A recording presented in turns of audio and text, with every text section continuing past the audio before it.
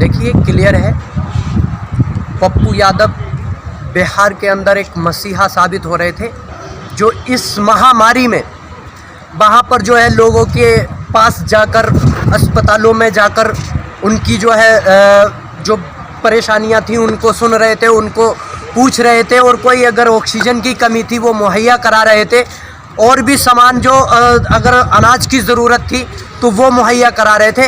इस आपदा के चलते पीछे उन्होंने लगभग 6 महीने से मैं लगातार देख रहा हूँ कि वो ज़मीनी स्तर पर लोगों के बीच रहकर काम कर रहे हैं। इस वक्त ऐसी महामारी में उस मसीहा ने, जो आपने देखा होगा नीतीश कुमार के जो सांसद हैं रूड़ी साहब, उनके घर पर जो है, उनके गैराज पर जो है, वहाँ पर एम्बुलेंस खड़ी हुई थी और उसका जो पर्दाफाश किया। हो सकता है कि रूड़ी साहब समझ रहे हो कि सरकार ने जो गाइडलाइन दी है, सरकार ने जो है कहा है कि इस लॉकडाउन के समय में आप घर पर रहें और मास्क लगा कर रहें और 1 गज की दूरी पर रहें। तो हो सकता है कि उन्होंने जो एम्बुलेंस थी उनको भी मास्क पहनाकर सैनिटाइज कर वहाँ पर इस तरह से खड़ा किया हो कि उनको कोरोना से, इस महामारी से संक्रमित ना हो जाए। आपने देखा होगा कि वहाँ पर जो 40 से 50 एम्बुलेंस खड़ी थी, अगर वो आज लोगों के बीच होती तो लाखों लोगों की, हज़ारों लोगों की जान बच सकती थी। आपने इस महामारी के चलते रिक्शे पे जो है लाशों को जाते हुए देखा है, ऑटो में जो है मरीजों को जाते हुए देखा है, और इस महामारी के समय में एम्बुलेंस घर पर 40 से 50 खड़े होने का क्या मतलब है? वो सरकारी एम्बुलेंस थी, सरकारी पैसे से थी, वो सांसद निधि से ली हुई एम्बुलेंस थी। वो वहाँ पर जो खड़ी थी उनकी जांच होनी चाहिए थी, यही तो आवाज़ उठाई थी। और जो इस तरह की सच्चाई को सामने लाने की कोशिश करता है, ये सरकार तानाशाही रवैये से वहाँ पर उसको जो है जेल में डालने का काम करती है। और जेल के अंदर जो है आज देखा होगा कि वहाँ पर जो लोग जाकर जो संक्रमित हो रहे हैं, आपने देखा होगा अभी साउद्दीन जो यहाँ से सिवान से सांसद थे, उनकी जो है वहाँ पर जेल के रहते हुए जो है मौत हुई है। उनको जो कोरोना बता दिया गया, जबकि रिपोर्ट जो नेगेटिव थी। हो सकता है कि ये भी लोगों का मानना है, जो पप्पू यादव जी के समर्थक है, उनका ये कहना है कि ये सरकार जो है पप्पू यादव जी के साथ में जो साजिश रच रही है। हो सकता है कि ये किसी तरह से पप्पू यादव को भी कोरोना संक्रमित करने की साजिश रच रहे हो। तो इस तरह से जो उनके समर्थकों में भारी आक्रोश है, और हम ये मांग करेंगे सरकार से, वहाँ की नीतीश सरकार से भी, और ये जो भारत की मोदी सरकार से भी ये मांग करते हैं कि जो पप्पू यादव को जल्द से जल्द रिहा किया जाए।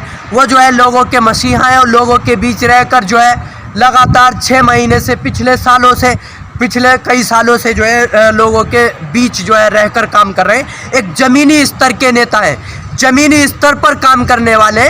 वो इनकी तरह ये नहीं है कि किसी हिंदू मुस्लिम के मुद्दों पर बात करते हो। आपने देखा होगा उत्तर प्रदेश के योगी जो आदित्यनाथ हैं, वो जो मुख्यमंत्री हैं, उन्होंने अभी मेरे सुनने में आया कि उन्होंने कहा कि हम ऐसा ना कर सकते कि नाइट्रोजन से ऑक्सीजन की जो है भरपाई कर दें। क्या आप एक योगी, एक जो है मतलब स्टेट के सीएम होके इस तरह की बात करते हैं? साइंटिस्ट को जो है आप लगाते, उनसे बात करते, उसके बाद में कम से कम ये चीज़ कहते। हो सकता है ये जो है नाम चेंज करने में जो है जिलों के नाम चेंज किए हैं उन्होंने, संस्थाओं के नाम चेंज किए हैं, उसमें हो सकता है इसी तरह से ये सोच रहे हो कि नाइट्रोजन का जो है मतलब नाम चेंज करके ऑक्सीजन गैस रख दें और उससे काम चला लें। लेकिन ऐसा नहीं होता।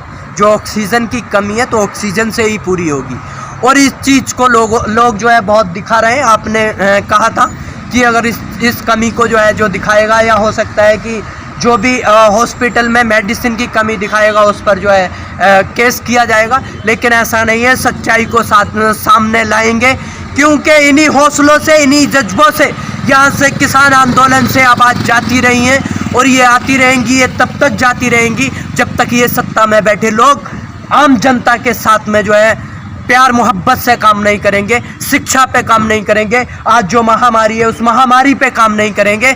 और इसी तरह से जो है आगे जो है आवाज़ें उठती रहेंगी। पप्पू जी के लिए भी उठती रहेंगी, कोई पप्पू यादव हो या कोई भी और इस ज़मीनी स्तर पर काम करने वाला हो या कोई मीडिया में जो है सच्चाई को दिखाने वाला हो, लेकिन उसको अगर आप जेलों में डालोगे तो उसके लिए जनता बराबर आवाज़ उठाती रहेगी।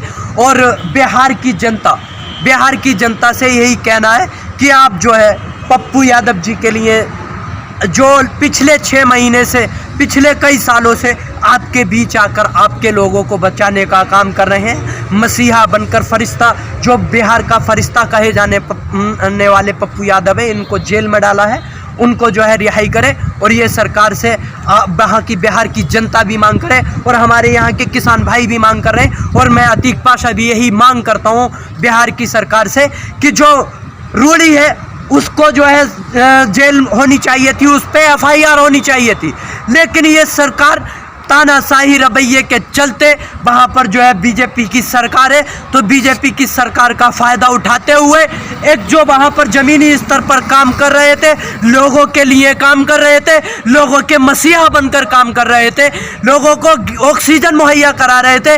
हॉस्पिटल में एक देखा कि वो एक माँ अपने बेटे को जो है एडमिट किए हुए थी और उस बेटे को जो है उसने 2-3 दिन से नहीं देखा था, लेकिन पप्पू यादव जी को देखने के बाद पप्पू यादव जी के गले लग जाती है और कहती है कि एक बार जो है मेरे बेटे को दिखवा दीजिए।